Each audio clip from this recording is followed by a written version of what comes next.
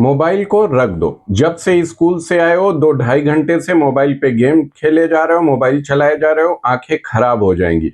ऐसी डरावनी चेतावनी प्रतिदिन पेरेंट्स अपने बच्चों को देते हैं।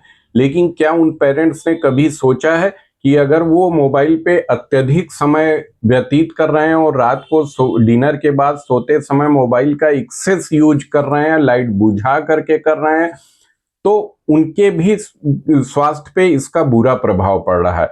उनको डाइजेशन संबंधी प्रॉब्लम हो रही है, उनको खाने का पाचन सही नहीं हो रहा है, गैस बन रही है, अफारा हो रही, कब्ज हो रही है, उनका ब्लड शुगर बढ़ा रहा है, उनको हाई बीपी की समस्या हो रही, ट्राइग्लिसराइड और जो कोलेस्ट्रॉल बढ़ा रहा, ओबेसिटी बढ़ी आ रही है, और उनको फैटी लीवर की समस्या आ रही है, उनके स्लीप साइकिल डिस्टर्ब हो रही है, वो मानसिक रूप से चिड़चिड़ स्वभाव से चिड़चिड़े होते जा रहे हैं, और उनके शरीर में की इम्यूनिटी इतनी खराब है हो रही कि बाय दिन वो इन्फेक्शन से पीड़ित हो जा रहा है, और उनके शरीर के आंतरिक अंगों में सूजन भी बनी रहती है।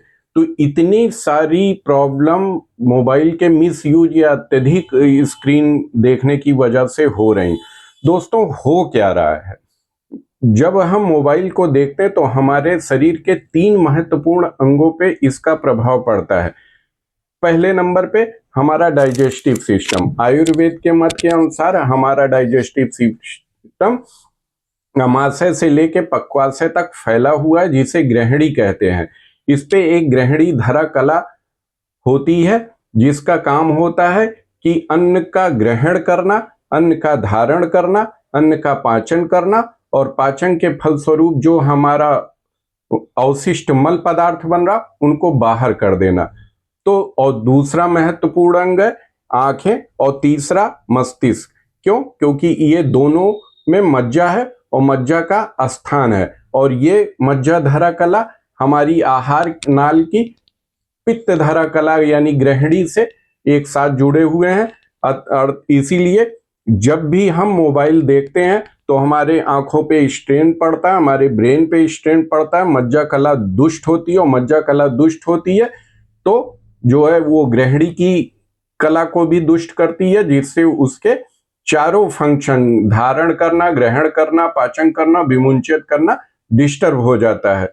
और क्या होता है, जब मोबाइल देखते वक्त हम खाना खाते हैं तो वो बड़ी मात्रा में खाते हैं और जल्दी जल्दी बिना प्रॉपर चबाए हुए खाते हैं, जिससे पाचक रस मिल नहीं पाते और हमारे अजीर्ण होने लगता है। इस अजीर्ण के फलस्वरूप हमारा पक्व अन्न रस न बन करके अपक्व अन्न रस बनता है पाचन के फलस्वरूप, जो आम कहलाता है।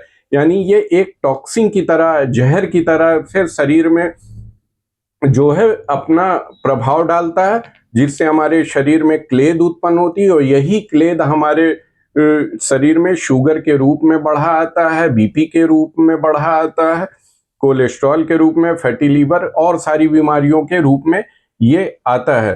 तो दोस्तों, हमें करना क्या है कि मोबाइल का सदुपयोग करें, उस पे कम से कम समय दें, और थोड़ी थोड़ी देर पे क्या करें कि आंखों को बंद करके और खोलें, जिससे आंखों को रेस्ट मिले।